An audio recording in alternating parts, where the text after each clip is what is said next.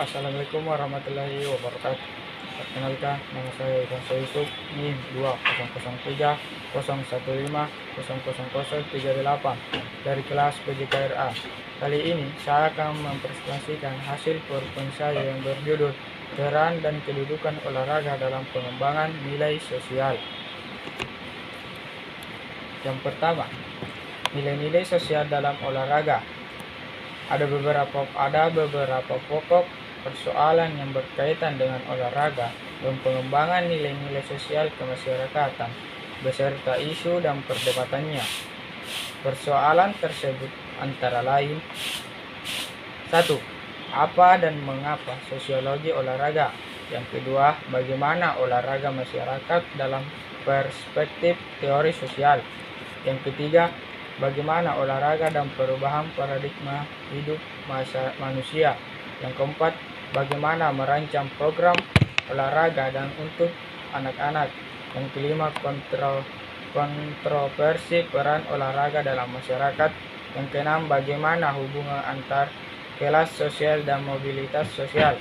Yang ketujuh, apa dan bagaimana ciri utama olahraga komersial.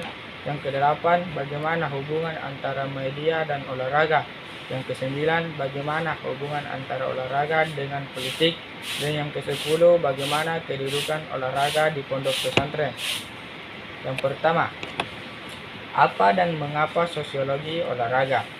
Jika ditelusuri dari struktur ilmu olahraga, sosiologi olahraga merupakan bidang kajian ilmu yang terbilang baru, yang berbasis sosial dan perilaku atau ilmu pengetahuan sosial, sejajar dengan bidang kajian lain seperti psikologi olahraga dan pedagogi olahraga. Dua kelompok ilmu yang lain dari ilmu olahraga adalah berbasis anatomi, fisiologi, fisika atau ilmu pengetahuan alam yang terdiri atas biomekanika olahraga dan kesehatan olahraga, yang berbasis sejarah dan filsafat yang terdiri atas filsafat olahraga dan sejarah olahraga. Konflik mengenai isu dan perkembangan sosiologi olahraga di masa mendatang menjadi fakta bahwa tidak setiap orang memberi dukungan akan kehadiran ilmu sosiologi olahraga. Bahkan seringkali muncul pertanyaan bagaimana kita berbuat dengan ilmu sosiologi olahraga, namun banyak pula orang yang memanfaatkan model scientific express.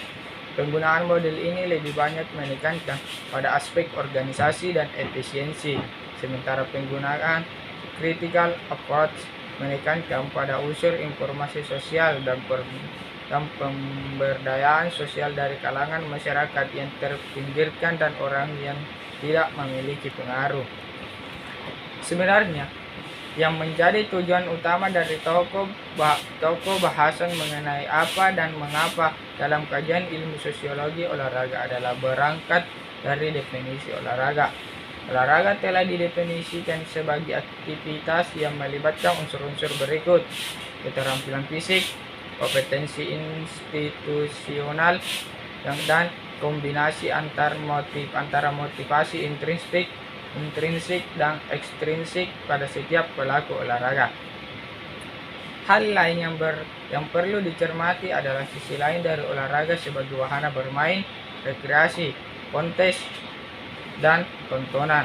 Dalam arah hidup, manusia memiliki hasrat untuk berprestasi. Apabila kita mewujudkannya, kita dapat melihat hubungan antara olahraga dengan kekuasaan dan tanggung jawab dalam masyarakat, dan kita dapat peduli dengan kontribusi olahraga dalam merubah suatu ke arah yang lebih positif dalam masyarakat. Yang kedua, apa dan bagaimana olahraga dalam perspektif teori sosial. Pembahasan tentang apa dan bagaimana olahraga dalam perspektif teori sosial dimaksudkan untuk mengkaji secara lebih mendalam mengenai berbagai fenomena sosial yang muncul dalam dunia olahraga, sehingga diketahui dan dipahami hubungan antara olahraga dan masyarakat.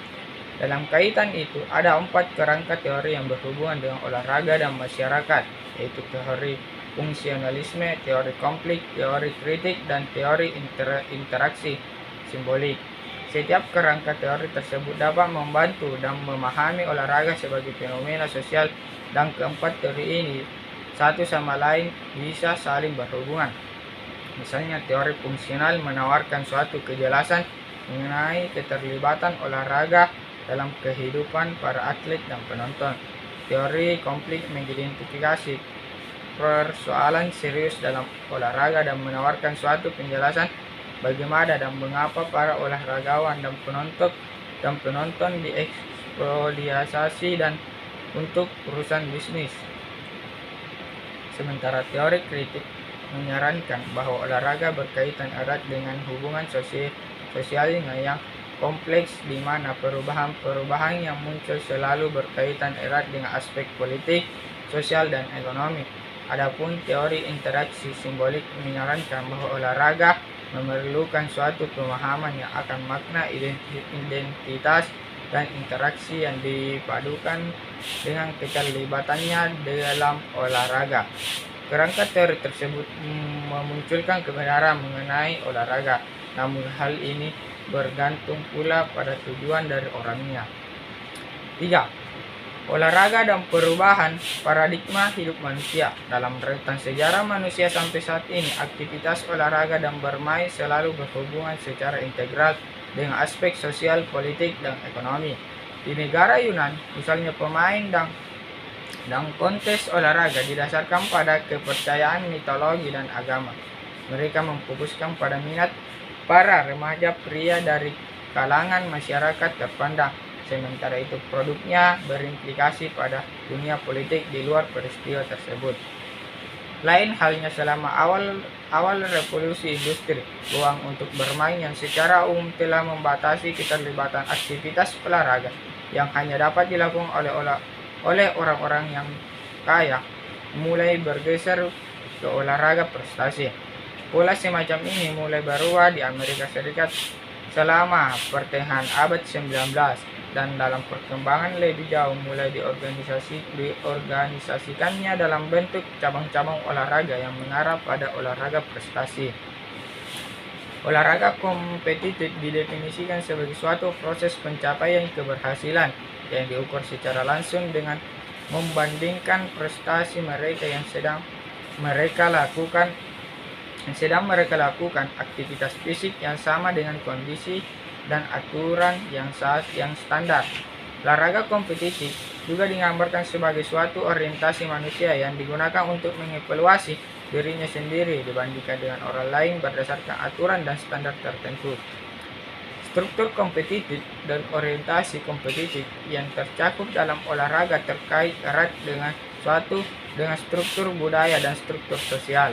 Pada masyarakat sosial, tekanan olahraga dimensi kompetitif diarahkan tekanannya pada dimensi kooperatif dan membangkitkan semangat. Yang keempat, desain program olahraga untuk anak-anak. Menurut beberapa literatur, keikutsertaan anak-anak dalam program olahraga menjadi model dalam membentuk karakter anak ke arah yang lebih baik. Namun, konsekuensi lain dari keikutsertaan tersebut seringkali memunculkan sikap-sikap yang positif dan negatif pada anak. Hal ini disebabkan pada lingkungan yang digunakan oleh anak untuk berolahraga berbeda, sehingga pengalaman yang didapatinya pun berbeda pula. Di negara-negara industri, program ini memberikan peluang untuk mengembangkan keterampilan fisik, kepercayaan diri, dan status di antara teman sebayanya. Dan oleh karena wahana bermain terbilang langka, maka program ini dapat membantu anak-anak dalam mencari teman dan bekerja sama dalam aktivitas kelompok. Desain program yang disusun yang penting adalah bahwa mengorganisasi program dalam olahraga bagi anak-anak yang membuka hasrat untuk mau berupaya. Dengan demikian, saat mereka dewasa dapat melanjutkan minatnya menjadi atlet yang unggul dan yang dapat mengharumkan nama bangsa dan negaranya didasarkan pada tujuan yang berbeda. Misalnya, banyak orang tua yang berharap dan memberikan tekanan kepada anak-anaknya agar berprestasi tinggi. Banyak pelatih yang memperlakukan anak dengan cara yang kurang terpuji. Banyak pelaku olahraga menjadi topangan anak-anak. Untuk anak yang lainnya, olahraga itu sangat membosankan. Yang kelima, agresi dalam masyarakat, kontroversi peran olahraga. Sampai saat ini masih ada kontroversi peran olahraga dalam kehidupan masyarakat. Sebagian ada berpendapat bahwa olahraga merupakan obat yang berpengaruh positif terhadap kehidupan masyarakat.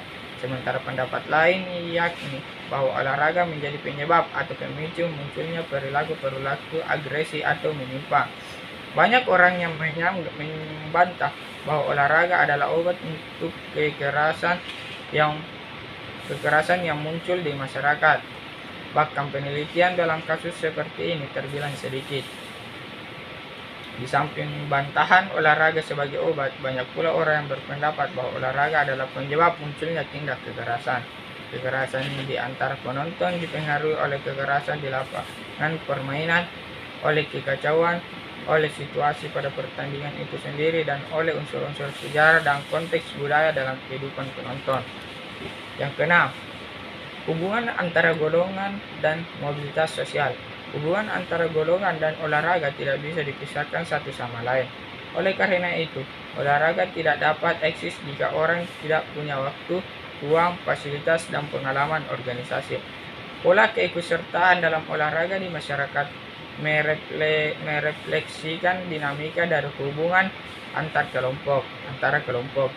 Sejauh ini, mereka sering mengkombinasikan dengan hubungannya antara jenis kelamin guna menciptakan kondisi hubungan antara golongan yang juga cukup berarti dalam mensponsori dan mempromosikan olahraga pada tingkat sekolah menengah. Peluang karir dalam olahraga cukup eksis, tetapi jumlah atlet biasanya terbatas dan waktunya singkat. Peluang lain termasuk dalam hal kepelatihan, kesehatan olahraga, pelatihan, dan manajemen. Penelitian yang berkaitan antara keikutsertaan olahraga dalam proses pengembangan karir secara umum mengindikasikan bahwa saat usia muda dapat memanfaatkan keikutsertaannya dalam olahraga untuk mengembangkan dunia sosial dan pengalamannya. 7. Nilai sosial dalam olahraga komersial. Olahraga komersial adalah jenis olahraga yang pelaksananya diarahkan pada orientasi ekonomi. Olahraga komersial ini dibentuk oleh faktor-faktor ekonomi di mana uang menjadi mengemuka pada saat kita tampil di pentas. Dan tidak jarang hanya demi uang, unsur sportivitas terabaikan. Alangkah baiknya apabila uang itu sebagai pemacu prestasi atlet dan bukan pemicu kebobrokan atlet. Sejauh ini, olahraga komersial telah mengglobal dan akan terus berkembang seiring dengan pertumbuhan ekonomi masyarakat dunia. Olahraga komersial juga telah mengakses para atlet memasuki panggung hiburan. Para atlet dapat menghangatkan suasana ajang pertandingan berkaitan dengan hak-hak dan penghasilan menjadi penting. Olahraga komersial ini dibentuk oleh faktor-faktor ekonomi di mana uang menjadi mengemuka pada saat mereka tampil di pentas. 8. Dinamika hubungan olahraga dengan media. Media merupakan produk budaya dan wujud dari konstruksi sosial. Media diorganisasi dan dikontrol oleh manusia yang ide-idenya didasarkan pada pengalaman dan perspektif pada dunia. Olahraga dan media perkembangannya amat bergantung pada yang lain. Olahraga dan media dapat bertahan tanpa yang lain, tapi olahraga dan media akan berbeda dari yang sekarang.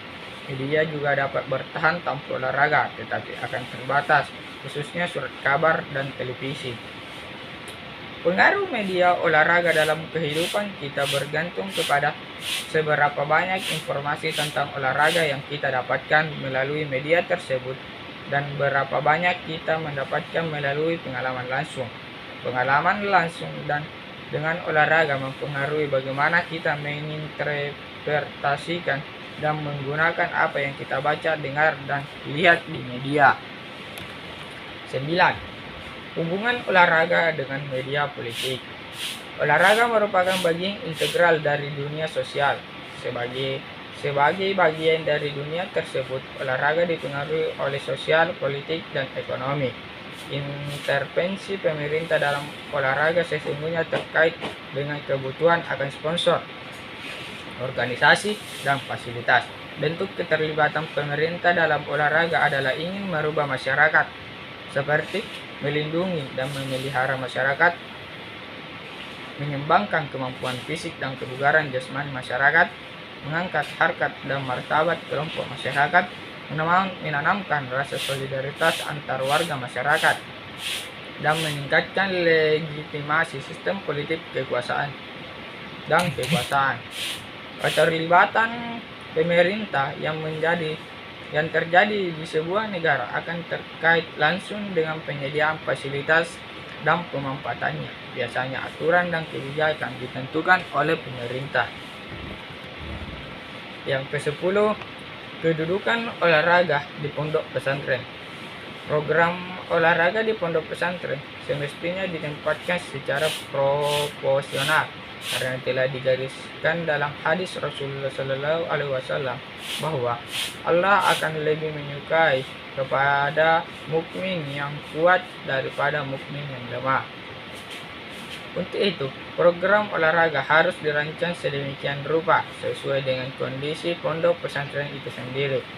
Namun demikian, masih banyak pondok pesantren yang mendudukkan olahraga dalam posisi yang tidak penting dan tidak punya tempat dan dipandang hanya menghabiskan waktu dan sedikit manfaat. Program olahraga antar pondok pesantren biasanya melahirkan semangat berkompetisi dan persaudaraan.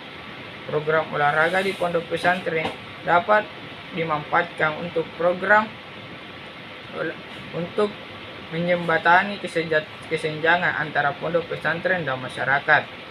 Mencermati alternatif positif dari olahraga terhadap pengembangan kehidupan di pondok pesantren, maka sudah waktunya pondok pesantren lebih membuka diri untuk menyediakan tempat dan waktu agar aktivitas olahraga bisa tumbuh dan berkembang lebih subur dari lingkungan pondok pesantren. B. Kontroversi gender dalam olahraga. Kontroversi tentang gender atau jenis kelamin yang sering muncul dalam olahraga selama bertahun-tahun atau bahkan berabad-abad. Kaum wanita telah dibedakan secara sistematis dalam keikutsertaannya dalam olahraga.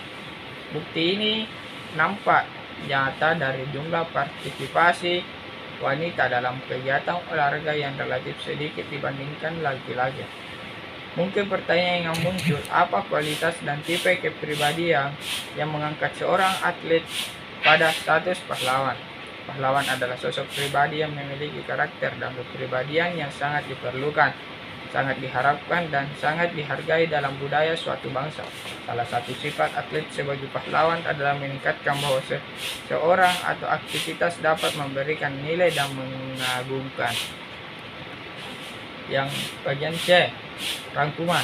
Ada beberapa pokok persoalan yang berkaitan dengan olahraga dan pengembangan nilai-nilai sosial kemasyarakatan beserta isu dan perdebatannya.